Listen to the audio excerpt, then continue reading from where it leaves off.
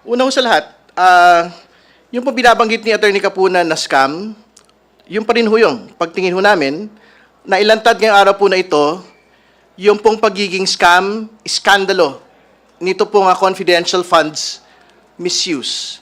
Nakita po natin yung pattern ng maling paggamit, yung pong mga peking mga pangalan. Nakita po natin na yung pong pera, hindi po ginamit para sa confidential expenses, hindi po nila maipakita yung pong confidential activities na pinagamitan po ng pondong ito. Nakita po natin na yung pong mga rewards slash cash, rewards slash medicines, rewards slash various supplies ay hindi po pinayagan ng Commission on Audit at the level of the Commission on Audit proper.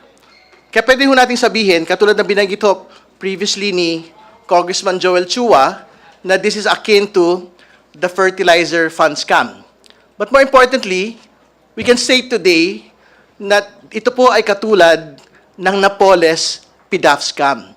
Sa Napoles scam, mga kaibigan, na pinag-usapan po natin doon, ghost NGOs, ghost beneficiaries, malalaking pera na hindi ho natin nalaman kung saan po napunta. Ganon po din yung nangyari po dito. Malalaking encashments ng pera, 125 million pesos.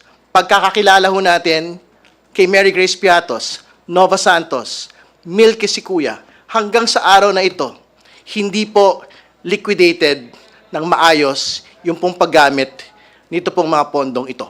At ano yung sabi kanina sa pagdinig? Pagka hindi po tama yung liquidation, there is a prima facie view na ito po ay pinera nung pong mga involved po ng mga matataas pong opisyal, head of agency, katulad po ni Pangalawang Pangulong Sara Duterte at yung kanya pong mga kasama sa OVP. So sa dulo-dulo ho, the burden is not on the prosecution at this point. The burden of evidence is already on the defense. Kasi the presumption exists today. And for as long as it is unrebutted, yung pong paliwanag nila, for example, na preliminary lang naman daw yung pong AOM, preliminary lang naman daw po yung notice of disallowance. But we will go to the final point. Meron pong desisyon yung Commission on Audit proper.